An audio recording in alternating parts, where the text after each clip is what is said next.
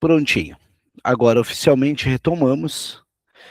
Vamos para um novo tópico na nossa leitura semanal do Nietzsche. Do novo ídolo. Em algum lugar, ainda há povos e rebanhos, mas não entre nós, irmãos. Aqui há estados. Estado? O que é isso? Pois bem, abri vossos ouvidos, pois agora vos falarei sobre a morte dos povos. Estado é o nome do mais frio de todos os monstros frios. E de modo frio, ele também mente. E esta mentira rasteja de sua boca. Eu, o Estado, sou o povo. Isso é mentira. Criadores foram aqueles que criaram os povos e deixaram uma fé e um amor suspensos entre eles. Assim serviram a vida. Destruidores são aqueles que preparam armadilhas para muitos e as chamam de Estado. Deixam uma espada e sem desejos suspensos sobre eles. Onde ainda existe povo, ele não entende o Estado e odeia como mal olhado e pecado contra os costumes e os direitos. Este sinal vos dou. Cada povo fala a sua língua do bem e do mal. O vizinho não a entende, ele inventou para si sua língua, nos costumes e nos direitos. Mas o Estado mente em todas as línguas do bem e do mal. E o que quer que diga, mente. E o que quer que tenha, roubou. Tudo nele é falso. Morde com dentes roubados. Esse mordedor. Até suas entranhas são falsas. Confusão de línguas do bem e do mal, este sinal eu vos dou, como marca do Estado. Na verdade, esse sinal indica vontade de morte. Na verdade, ele acena para os pregadores da morte.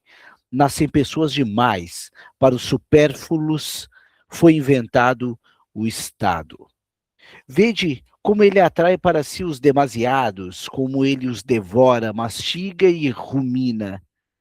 Nada existe sobre a terra que seja maior do que eu. Sou o dedo ordenador de Deus. Assim ruge o colosso, e não apenas aqueles de vista curta e orelhas compridas se ajoelham. Há também para vós, ó almas grandes, ele sussurra suas sombrias mentiras. Ah, ele percebe. Deixa eu ver aqui, pessoal, se tem alguma coisa importante. Não, não parece nada muito relevante. Só voltar aqui para o 31. Voltando.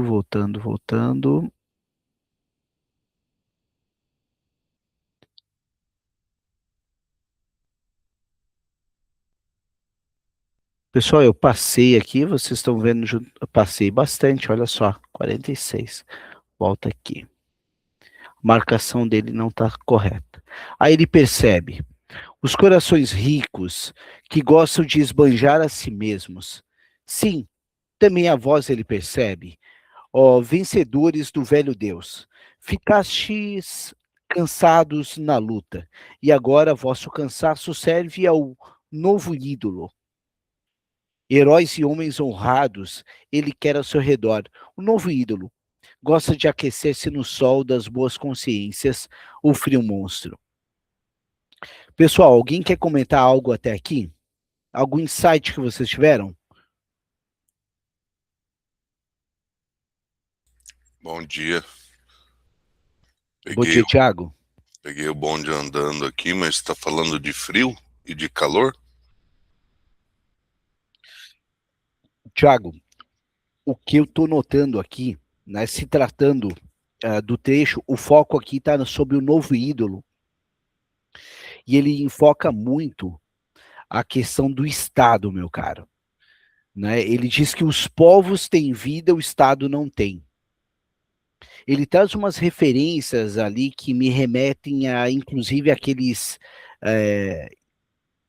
ele pega sobre... Deixa eu pegar a frase aqui, ipsilíteris, que Não, me lembra... Pode falar. só uma contribuição só. Quando ele fala do pessoal gostar de estar ao sol e o frio monstro, eu penso na vontade que as pessoas têm de se manter num positivo, de estar bem o tempo todo, esquecendo que elas oscilam. E aí elas demonizam a tristeza, demonizam a introspecção, demonizam o isolamento, e tudo isso faz parte do processo chamado vida. Legal, uma leitura mais filosófica, no sentido até psicanalítica, né? A gente pode pensar... o que eu estou sentindo até aqui, pessoal, e aí parte do que o Thiago também trouxe, eu estou observando aqui que ele foi saindo e chegando agora às instituições. Lembra que ele falava de religião, né? Agora ele vai para a questão que supostamente seria laica. Vamos fazer uma analogia histórica, né? Nós temos a teocracia num primeiro momento, na Idade Média, a igreja que ele criticou até aqui, e agora a gente está chegando na Idade Moderna, a gente está chegando nos estados, os estados absolutistas, inclusive, e pelo menos a minha leitura, Thiago, eu estou sentindo que ele está falando que o Estado, usando um pouco aquele pensamento do Thomas Hobbes também, mas uma figura de um Estado frio que imputa suas leis e de forma velada algumas pessoas utilizam de forma perversa essa instituição, né? O Estado como uma massa fria e disforme, com suas leis, que, por sua vez, vai privilegiar alguns. Eu tenho uma leitura que ele vinha com uma questão de povo no intuito de acolhimento de pessoas, e não esse distanciamento. Está parecendo um pouco de política aí. Sim, o Estado nesse sentido, de leis, de política, e aqui ele diz, ó, o Estado mente em todas as línguas, né? Vamos pensar até esbanjar para a questão de sistema. A culpa não é de uma figura, a culpa é do sistema. E assim se despersonifica, se torna uma questão fria e que não há um envolvimento. Né? Eu estou tendo essa sensação de que o Estado vem com uma questão, né? Lembra dos burgueses ali que vão ascendendo o poder, essa turma vai tirando o rei, vai tirando o papa, mas que, por sua vez, eles mentem falando de bem e do mal e, naturalmente, se valem desse poder. Né? Eu, pelo menos, eu estou tendo essa leitura aqui sobre uma saída da teocracia e chegando na parte da Idade Moderna e, novamente, falando de poderes absolutistas e concentrados. Alguém vê dessa forma? Alguém vê de uma forma diferente? O Thiago nos trouxe uma questão um pouco mais profunda. Alguém gostaria de pontuar? Michel, eu Oi. acho que seria legal a gente pensar também, né, pensando na psicanálise em si, a psicologia das massas e a análise do Perfeito. eu de Freud, quando a gente fala desse estado que ele é muito macro, né, que seria para cuidar de todos e cuida só de si mesmo, né? E quantas vezes esse próprio estado, em nome das pessoas, em nome de um bem-estar social, ele provoca ideologias, ele convoca guerras, né, no qual inclui esse povo, né, que muitas vezes, acreditando nesse Estado que está sendo, né, a favor dele, né, levanta bandeiras, levanta ideologias, né, criam polaridades também, que parece ser algo que a gente está lutando por nós mesmos, mas na verdade não é, né? É para massificar, né? Perfeito. Acho que a tua colocação foi muito assertiva em fazer essa amarração com a psicologia das massas e análise do eu. Ou seja, a necessidade de uma busca de um totem, né? De um poder unificador que antes era representado pela igreja, por Deus, pelo Papa, e hoje por um possível diplomata, enfim, estatutar, não sei qual o termo se diz, mas, enfim, algum político aí para tomar a vez. Augusto, tu querias falar, Augusto? Eu queria, mas a Luciana deu spoiler, então não preciso mais. Obrigado, Lu, foi perfeito. Eu acho que essa amarração é ótimo. Lembrando, pessoal, quando a gente vai ler Psicologia das Massas e Análise do Eu, esse estudo freudiano, e aí cai um pouquinho no que a gente falava do René Caillés, inconsciente coletivo, que daí é um outro lado, mas todos têm em comum esse pensamento de massa. É um estudo que o Freud busca em Gustave Le Bon. Tá? O Freud busca no Le Bon. Então, quando a gente vai ler a coletividade, esse é um autor que embasou muito o Freud. Tá? Então vamos seguindo um pouquinho mais aqui. Caso alguém queira falar, só pedir a palavra e a gente segue. Deixa eu ver, só retomar aqui mesmo para não perder o raciocínio. Sim, também a voz ele percebe. Os vencedores do velho Deus. Olha que interessante isso. Ficastes cansados na luta e agora vosso cansaço serve ao novo ídolo. Heróis e homens honrados, ele quer ao seu redor um novo ídolo. Gosta de aquecer-se no sol das boas consciências. O frio monstro.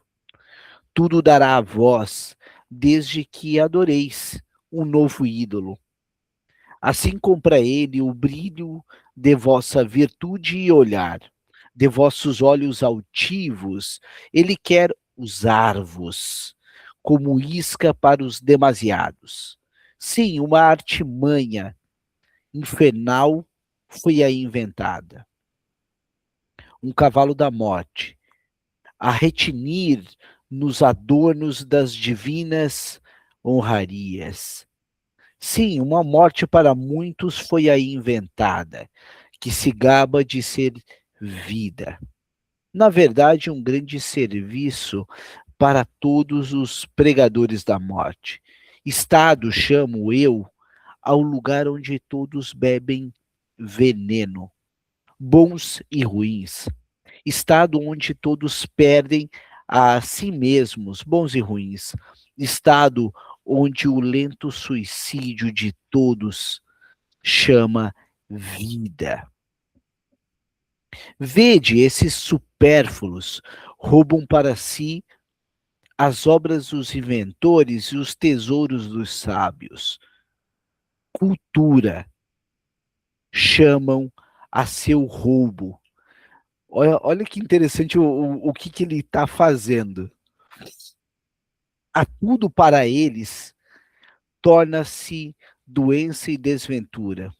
Vede esses supérfluos, sempre estão doentes, vomitam seu fel e o chamam jornal. Devoram uns aos outros e não conseguem digerir-se. Vede esses supérfluos, adquirem riquezas e com elas se tornam mais pobres. Querem o poder e primeiro a alavanca do poder. Muito dinheiro, esses indigentes. Vede como sobem trepando esses ágeis macacos.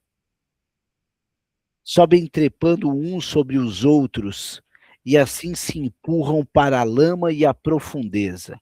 Todos querem chegar ao trono.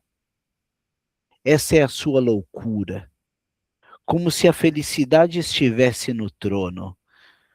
Com frequência a lama se acha no trono e também com frequência o trono se acha na lama. Loucos me parecem todos eles, macacos trepadores e seres febris. Mau cheiro tem para mim seu ídolo, o frio monstro. Mau cheiro tem todos eles para mim, esses idólatras. É interessante que, enquanto havia um certo culto a Deus, aí parece que o culto se torna o trono, né? A posição. É meio uma questão antropocêntrica. O Deus sou eu. Basta eu subir nesse trono, eu sou Deus a partir de agora. E aí a gente entra na majestade e o bebê, né? Meus irmãos, quereis então sufocar na emanação de suas bocas e cobiças? Quebrai antes as janelas e pulai para fora. Fugi do mau cheiro, fugi da idolatria dos supérfluos, fugi do mau cheiro, fugi da fumaça desses sacrifícios humanos. Ainda agora, a terra está livre para almas grandes. Vazios estão ainda, para os solitários e os sozinhos a dois. Muitos lugares em torno dos quais corre o cheiro dos mares quietos. Ainda está livre para as almas grandes, uma vida livre. Na verdade, quem pouco possui, tanto menos será possuído. Louvado seja a pequena pobreza. Deixa eu ver se falta muito. Ali onde cessa o Estado, apenas começa o homem que não é supérfluo. Começa o canto do necessário, a única e insubstituível melodia. Ali onde cessa o Estado, olhai para ali, meus irmãos. Não vedes o arco-íris e as pontes do além do homem? Assim falou Zaratustra. E assim termina esse capítulo. Colegas, vamos comentar um pouquinho aqui? Alguém gostaria de trazer algum ponto?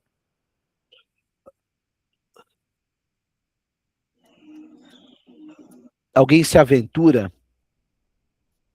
a falar sobre essa parte dos ídolos?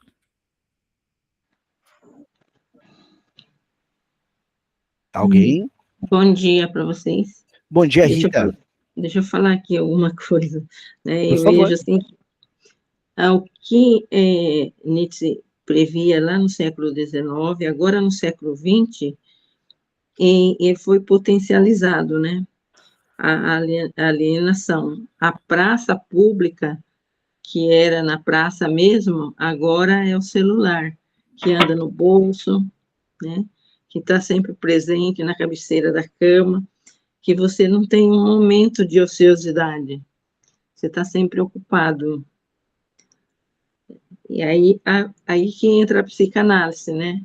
Com uma, digamos assim, com a ética, né? De resgatar esse sujeito, de escutar e levar ele de volta lá para a subjetividade, para ele se encontrar nele mesmo.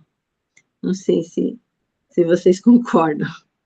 Bom, perfeito, Rita. O importante é trazer o teu ponto de vista e a partir daqui as pessoas vão, cada um de nós vai maturando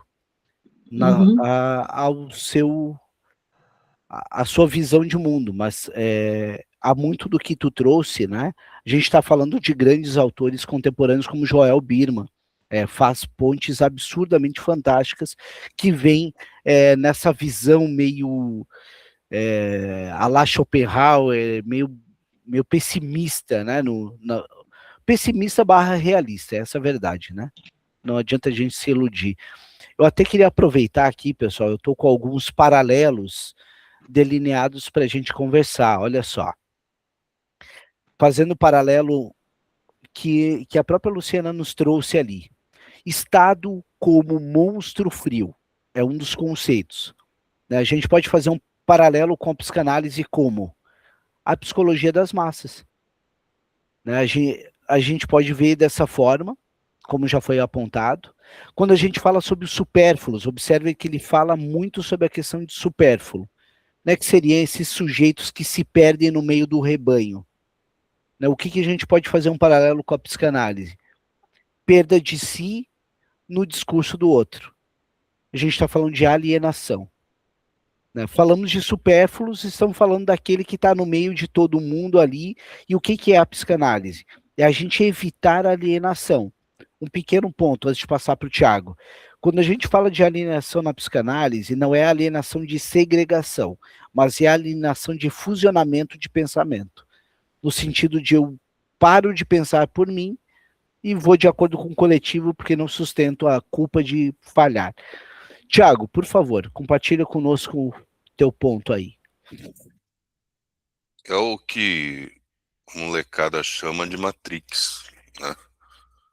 Que o pessoal vive numa Matrix manipulada, né? Todo mundo manipulado, induzido a fazer coisas, induzido a enxergar e defender certo, errado, verdade, mentira, bom, mal, e ao passo que, e isso eu vejo como uma cruz, né, o bom e o mal, as dualidades com uma linha horizontal e uma linha vertical cruzando seria a, a classe social, por exemplo, que tem o pessoal ali, até tem um trecho falando que os caras, acho que sobem que nem macaco, alguma coisa assim, que eles estão tentando alcançar um poder, alcançar uma riqueza, e do outro lado, né, pela dualidade, seria a pobreza. Mas, enfim, é mais ou menos isso. Não, e bacana isso de tu trazer esse ponto ali da questão dessa Matrix que a gente vive, né? A fantasia particular de cada um de nós. Daí, Thiago, tem um ponto aqui bem legal que a gente pode falar também, ó, sobre essa parte do novo ídolo, fazendo paralelo com Freud. Futuro de uma Ilusão, essa é a obra, 1927. Então, nessa parte, vamos imaginar o seguinte, o que o Nietzsche a gente pode pensar? Promessa de proteção em troca de uma renúncia. Né? Ou seja, o ídolo nietzschiano compra a virtude dos heróis exatamente um mecanismo de ilusão. Uma satisfação substitutiva que parece elevar e, na verdade, individa. O que a gente pode pensar aqui sobre o futuro de uma ilusão, fazendo um paralelo com Nietzsche? Num primeiro momento, a gente tem... aí a gente se engana, porque muitas pessoas dizem, esses religiosos, né, muitas vezes fanáticos, sejam muçulmanos, sejam católicos, evangélicos, enfim, qualquer, whatever, como dizem, né, esse futuro de uma ilusão de uma figura messiânica que parece que só existe na religião. Aqui o Nietzsche já vai nos mostrando que ela não vive só na religião. O futuro de uma ilusão, essas promessas podem estar sob esse novo ídolo que é o Estado, né? Há um dogmatismo nessa laicidade também. Acho que esse é um ponto que a gente pode pensar. O que vocês acham? Eu acho que esse é um ponto interessante, porque tem muita gente que acredita que, não, eu não sou dogmático, mas entra numa questão de Estado. Luciana, por favor. Pensando no que você está falando, Michel, é a questão de que a gente está sempre buscando, como pessoa, um salvador, né? E aí muda-se o cenário, o personagem, a questão da repetição, né? Mas a nossa busca, ela é sempre constante, né? Por alguém que faça algo que a gente acredita que não tem como fazer com as nossas próprias mãos, né? Então, essa talvez seja a ideia de Estado, né? E um outro ponto que eu acho muito interessante, assim, quase lá no finalzinho, ele fala, né, além onde acaba o Estado, começa o homem que não é supérfluo, começa o canto, porque a minha tradução está um pouquinho diferente de vocês. Começa o canto dos que são necessários, a melodia única e insubstituível. E aí eu penso, quem é o Estado? Do que é formado o Estado? O Estado é formado de pessoas, regras, leis, que são o quê? São pessoas que ditam essas regras e essas leis. São pessoas. Então, o que ele convoca ali no segundo momento olhe para dentro de si mesmo, né? Porque o que faz o Estado ser diferente do homem, que não é supérfluo, como ele diz? Né? O que faz quem está lá em cima, sentado naquelas cadeiras, né, ser diferente da gente que está aqui embaixo? Né? Então, acho que ele convoca, eu não vejo como pessimismo, eu vejo como profeta mesmo, né, o Zaratustra, né? Aquela coisa de que, olhe para dentro de si, né? Ao invés de você querer que o outro te traga a solução, olha para dentro de si, porque se você não fizer isso, você é tal qual quem está lá. E você vai fazer as mesmas coisas se você tiver possibilidade, porque às vezes a gente fala muito do outro, mas se a gente estiver lá, né, e não estiver sempre se autoanalisando, né, olhando para dentro da gente mesmo, se autoconfrontando, a gente vai cometer erros iguais ou talvez piores. Perfeito. E até muito legal esse ponto que tu trouxe para a gente fazer um paralelo, né? Porque eu trouxe esse pessimismo no coletivo e é legal que tu vê um otimismo na singularidade, né? E é o lugar da psicanálise na singularidade. E é legal a gente fazer agora um paralelo contemporâneo com Richard Sennett.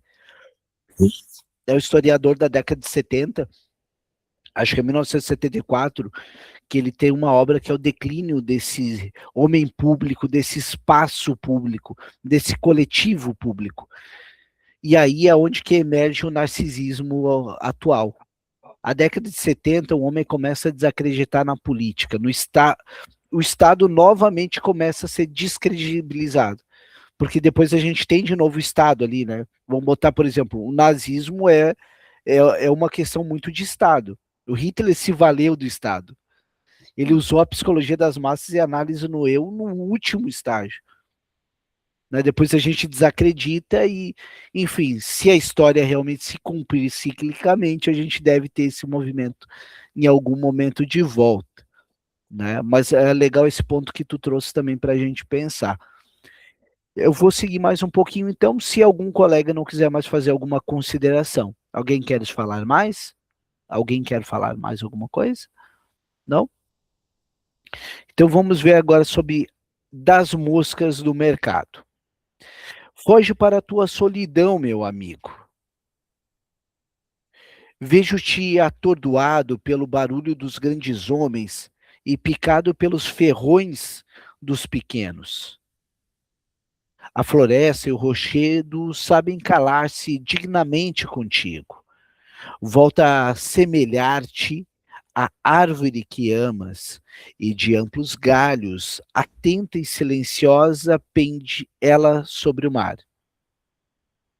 Onde cessa a solidão, ali começa o mercado. E onde começa o mercado, ali também começa o barulho dos grandes atores e o zumbido das moscas venenosas. Nada valem as melhores coisas no mundo sem alguém que primeiro as apresente. O povo chama grandes homens a esses apresentadores.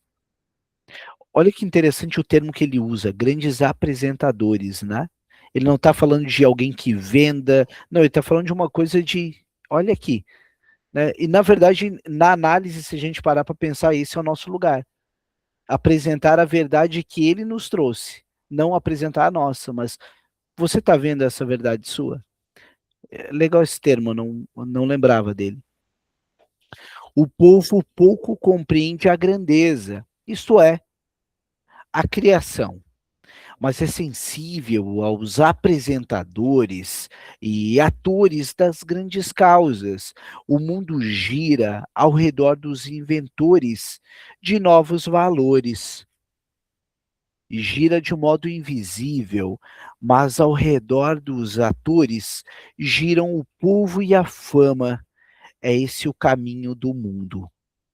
Tem espírito o ator, mas um espírito de pouca consciência. Acredita sempre naquilo com que faz acreditar mais firmemente. Acreditar nele. Amanhã tem ele uma nova fé. E depois de amanhã, uma mais nova. Tem sentidos rápidos, como o povo. O faro caprichoso. Derrubar, isso significa para ele demonstrar. Enlouquecer. Isso significa para ele convencer. E o sangue é para ele o melhor dos argumentos. Uma verdade que penetra apenas nos ouvidos delicados, ele chama de mentira e nada. Na verdade, acredita apenas em deuses que fazem grande ruído no mundo. Cheio de solenes bufões está o mercado. E o povo se gaba de seus grandes homens. São para ele os senhores da hora. Mas a hora urge para eles, então eles urgem contigo. E também de ti, querem um sim ou um não. Ai de ti, queres pôr teu assento entre a favor e o contra? Não sintas inveja desses homens incondicionais e prementes, ó amante da verdade. Jamais a verdade andou de braço dado com um homem incondicional. Por causa desses homens súbitos, volta para sua segurança apenas o mercado. Alguém é assaltado com um sim ou não? Lento é o vivenciar de todas as fontes profundas. Muito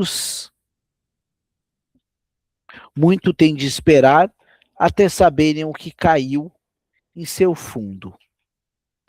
Pessoal, até aqui, alguém quer comentar algo?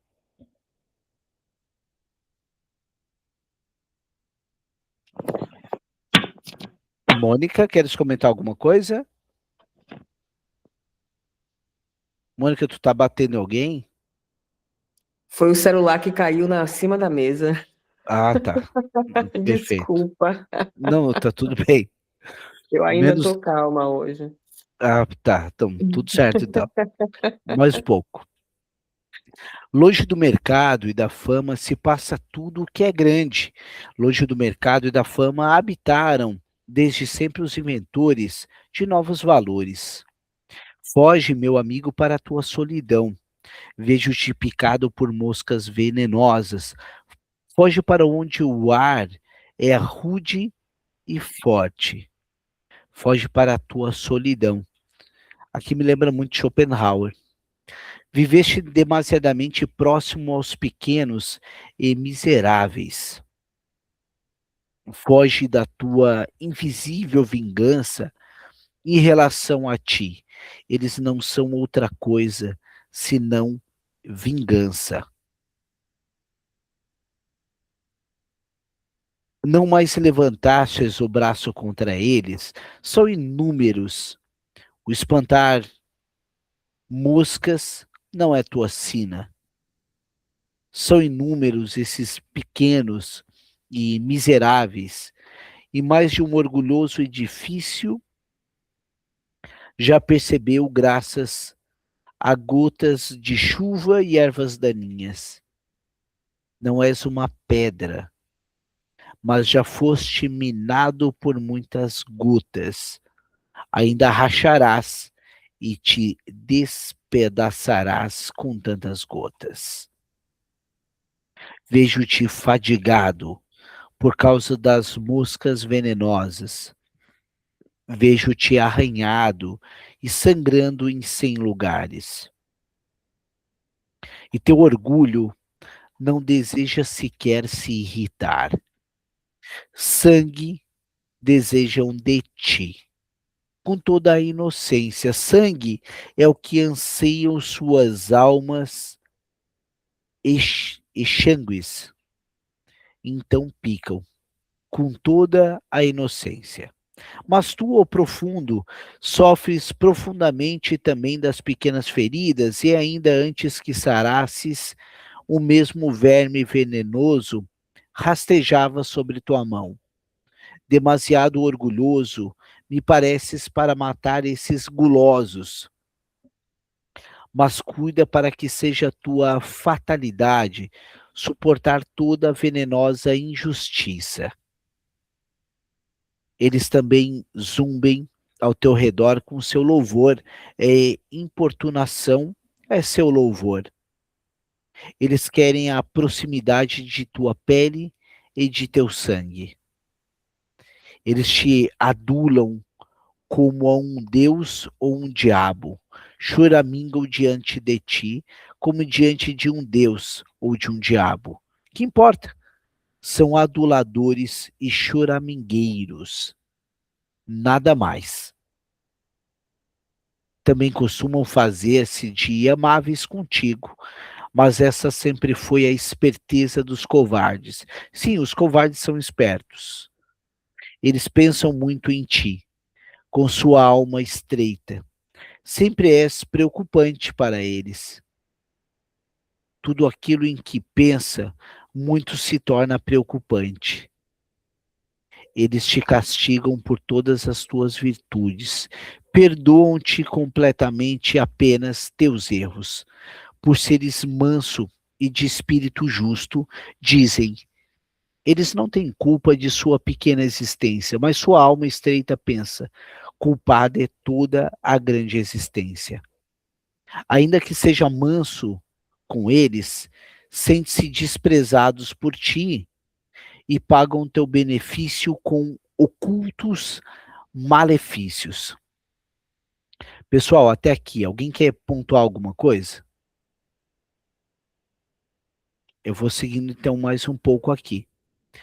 Teu lacônico orgulho sempre repugna ao seu gosto. Eles se regozijam se alguma vez és modesto bastante para ser vaidoso. Aquilo que notamos em alguém é também o que nele inflamamos. Por isso, guarda-te dos pequenos. Diante de ti, eles se sentem pequenos. A sua baixeza arde e encandece contra ti invisível vingança. Não percebeste como muitas vezes emudeciam ao te aproximares e como sua força os abandonava, como a fumaça de um fogo que se extingue. Sim, meu amigo, és a má consciência para teus próximos, pois eles são indignos de ti. Por isso te odeiam e bem gostariam de chupar teu sangue, aos vampiros. Teus próximos sempre serão moscas venenosas. O que é grande em ti, justamente isso deve torná-los mais venenosos e cada vez mais moscas. Foge, meu amigo, para a tua solidão e para onde o ar é rude e forte. Não é tua sina espantar moscas. E assim falou Zaratustra. Colegas?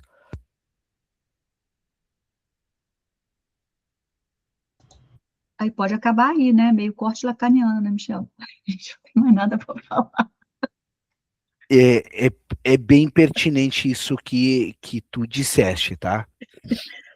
Não, que ele fala muito sobre isso, né? Ele fala dos macacos, né? Aquela coisa uns por cima dos outros, depois ele cita as moscas e dá um spoiler ali sobre os vampiros, né? O quanto desses animais, esses bichos, né, tem no sentido de sufocar, né, esse ser que pensa, né, que tem as suas habilidades, que tem algo diferente para entregar, né? E eu acho que é muito contemporâneo isso, no momento que está todo mundo muito igual, fazendo as mesmas coisas, praticando as mesmas coisas, né? Principalmente com a questão da inteligência artificial, isso tem nos deixado sempre no mesmo modelo, né? E muitas vezes é algo que a gente não consegue sair por conta de tempo, habilidades, enfim, tantas outras coisas, né?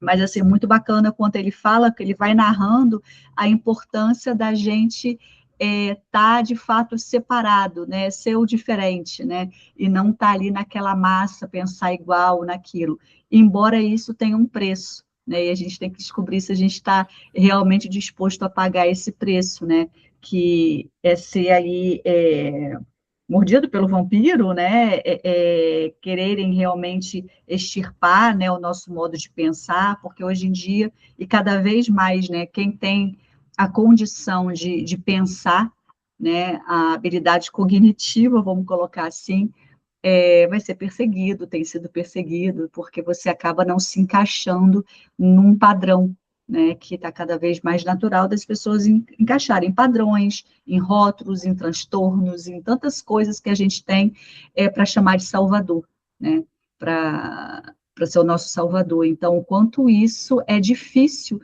né, do homem, né, como um ser pensante, estar fora disso, né, é muito, muito desafiador, muito difícil, né, a gente não ser pego de alguma forma, né, por essas questões. Né? Eu acho que é legal a gente fazer até uma ponte sobre fontes. O fato de você ler em 3 lugares, em 3 perfis diferentes do Instagram, não quer dizer que a fonte seja diferente. Um exemplo disso, a gente tem na Copa do Mundo, com as 4 principais marcas de futebol, todas estarem com chuteiras rosas. Por que todas as chuteiras são rosas? O discurso oficial é porque o contraste da câmera do verde com o rosa é grande. Ok, foi inventado agora a TV colorida. Agora, se a gente for um pouquinho mais atrás, a WGSN é uma consultoria das mais importantes e relevantes do mundo. E ela traz que para 2026 a cor rosa é uma cor que inspira ousadia, inspira individualidade, inspira esses sentimentos autênticos. E aí, no sentimento dessa autenticidade, ousadia de todos, temos todos fazendo a mesma coisa. Né? Inclusive, esses padrões do Instagram, que geralmente a gente tem que colocar lá a corzinha, identidade visual e tal, aí você pega alguns que falam assim, mas gente, mas do nada essa pessoa está usando rosa, por quê? Né? E aí eu fui pesquisar, e estava falando essa questão da cópia em si, mas tem alguns que não adotaram, né? Acho que a Argentina, né, não adotou, acho que, não sei se é pelo Messi, enfim, ainda estão usando algumas chuteiras diferentes, né? Enquanto isso contradiz, né, a massa, né? E como isso está incutido em todas as áreas no dia a dia, como uma coisa que é inofensiva, né? E a questão da influência, né? O quanto a gente é influenciado, inclusive por pessoas que não influenciam nem a própria vida, né? A gente está aí, né, numa época de muitos influencers, né? E quando você vai, às vezes, vai pesquisar a vida da pessoa, a pessoa não tem nada, a gente tem 200 milhões de seguidores e as pessoas não têm nada para dizer, nada para entregar, mas um monte de gente vai lá, né? A gente acho que ainda vive num momento que a gente está sendo lobotomizados, né? Só que não a força mais. É por si mesmo que tu vai, né? De forma voluntária para esse lugar. É legal pensar aqui também, quando ele fala sobre solidão como saída. Ele traz muito essa questão de solidão como saída.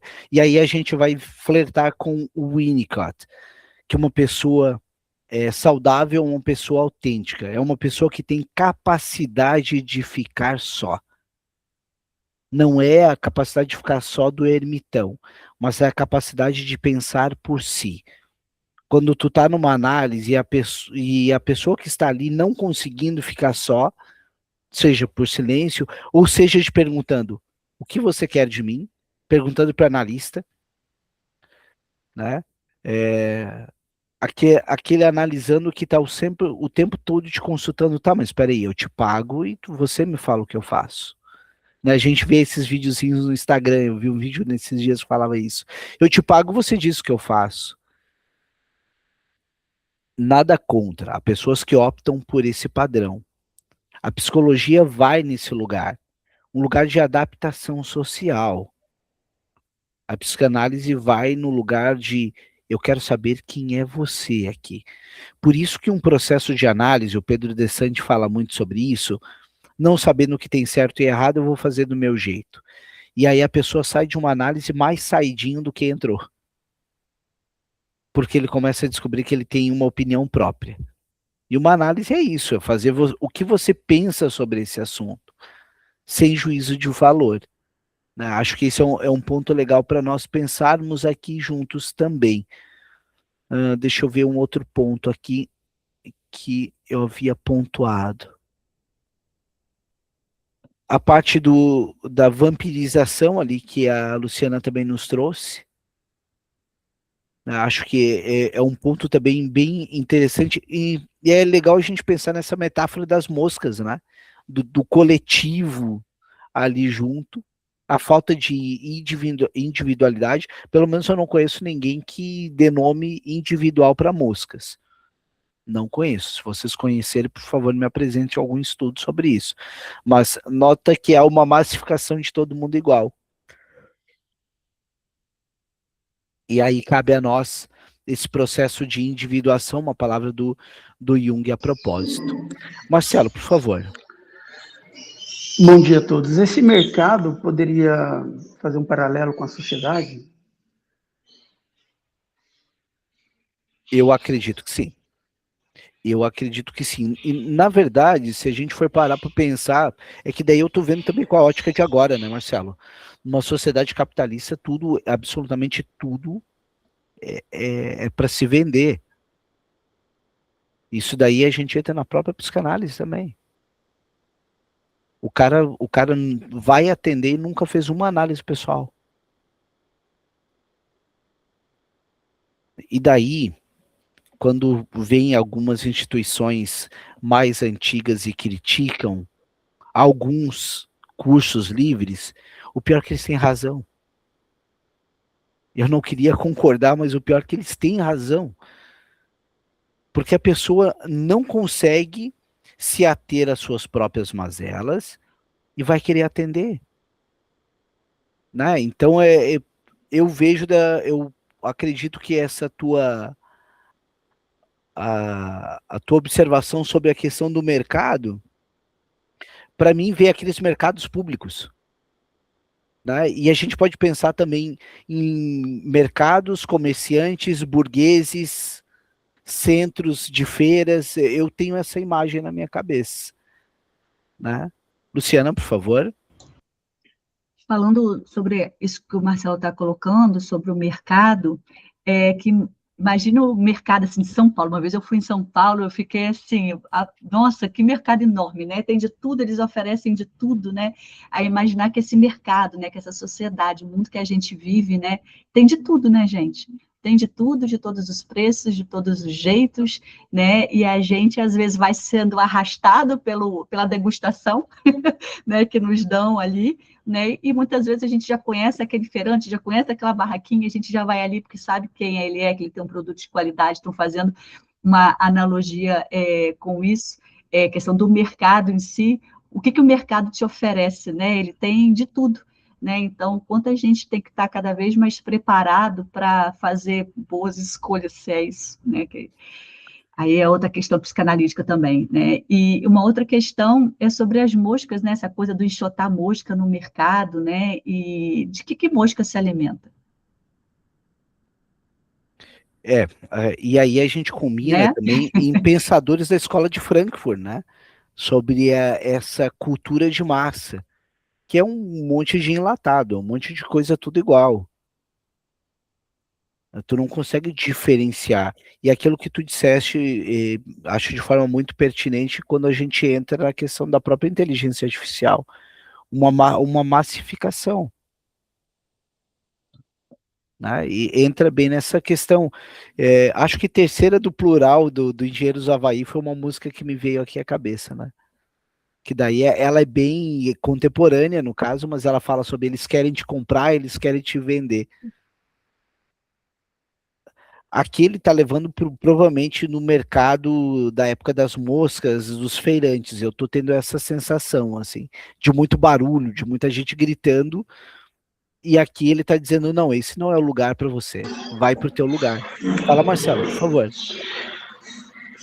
Considerando que agora, mais do que nunca, somos todos nós somos um produto, acho que talvez pegar desde a antiguidade, eu acho que não houve uma época onde o ser humano foi transformado em produto. Redes sociais, você entra, anúncio, você vai assistir um streamer, anúncio, você vai assistir uma Copa do Mundo, anúncio, ou seja, com a tecnologia, veio uma enxurrada de compre, compre, compre, compre, compre, né?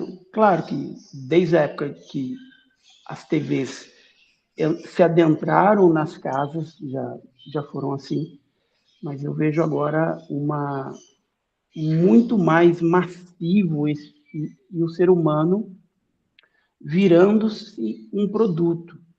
Está deixando a humanidade de lado e trazendo uma massificação de um produto realmente. Assim. O ser humano não está sendo mais um ser humano, sim um produto enlatado, como você falou.